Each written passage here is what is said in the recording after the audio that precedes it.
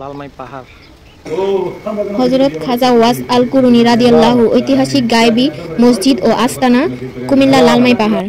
চোখ রাখুন, কুমিল্লার ভয়েস, সত্যের সন্ধানে সবসময় পড়ুন ও দেশ ও দেশের বাইরে সবাই ধন্যবাদ।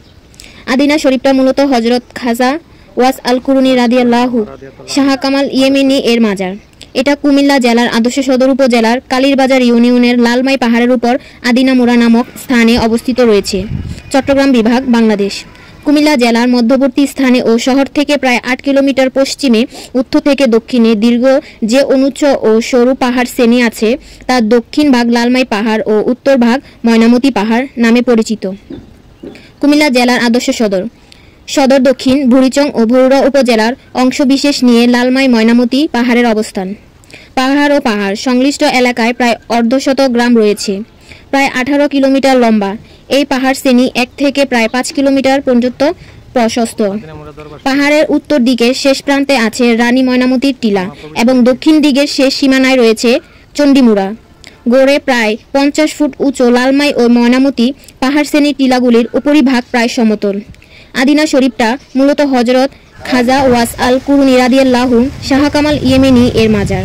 এটা কুমিল্লা জেলা আদর্শ সদর উপজেলার কালীরবাজার ইউনিয়নের লালমাই পাহাড়ের উপর আদিনা মুরা নামক স্থানে অবস্থিত আছে। 2. পরিকল্পনা ছিল গিয়েছিলাম কুমিল্লার শালবন বিহার দেখব। শালবন বিহার দেখে কিছু সময় বেঁচে গেল। দেখে কাছাকাছি আর কি আছে জানতে চাইলে আদিনা শরীফ দেখার জন্য কয়েকজন বলল। পথিক আছে আদিনা শরীফ থেকে নাকি মদিনা শরীফ দেখা যায়। সিএনজি নিয়ে চলে গেলাম আদিনা শরীফ দেখতে। পাহাড়ের উপর আদিনা শরীফ তথা হযরত খাজা ওয়াস আল কুরুনী রাদিয়াল্লাহু শাহ কামাল ইয়েমেনি এর মাজার। পাহাড়ের নিচে নির্মিত রয়েছে একটা সিমেন্ট নির্মিত গেট। 3. নিচের গেট পার হয়ে একে বেঁকে উপরের দিকে চলে গেছে অনেকগুলো সিমেন্ট নির্মিত ধাপ। প্রায় 117টি সিঁড়ি। 2 পাশে সবুজ গাছগাছালি, পাখির ডাক এবং শুনশান। যার শেষে রয়েছে আমাদের কাঙ্ক্ষিত আদিনা শরীফ, আলহামদুলিল্লাহ।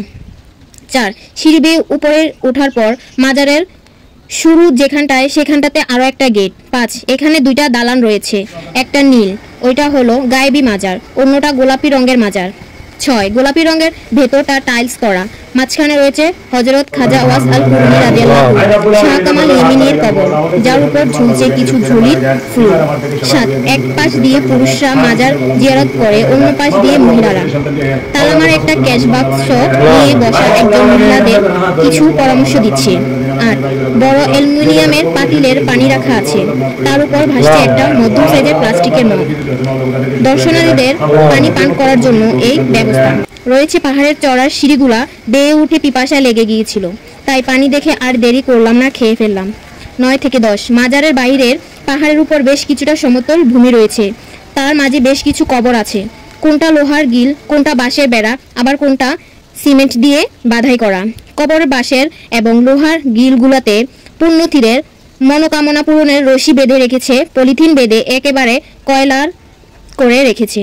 11. অনেক পুরনো এই গায়েবী মসজিদটা নাকি জিনেরা নির্মাণ করেছে। এটাতে 10 জন মুসল্লি ও একজন ইমাম দাঁড়িয়ে নামাজ পড়া যায়।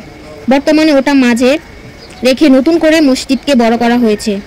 12. কিছু চেনা জানা এমন ফুলের গাছও আশেপাশে রয়েছে। 13. 2 জন মহিলা মনুষ্যকামনা পূরণের জন্য মাজারের পাশের কামিনী গাছটায় লাল হলুদ সুতা বাঁধছে।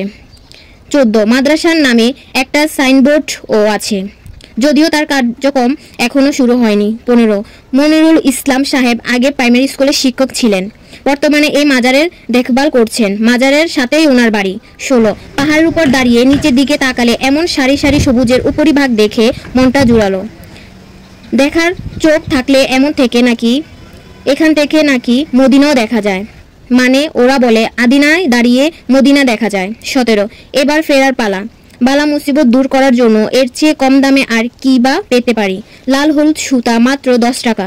পাগলের হাত থেকে সুতা বেঁধে নিয়ে নেমে গেলাম পাহাড় থেকে। পরবর্তী গন্তব্য মহাতীর্থ চণ্ডীমুড়া সেবাশ্রম, কুমিল্লা লালমাই পাহাড়, চট্টগ্রাম বিভাগ, বাংলাদেশ।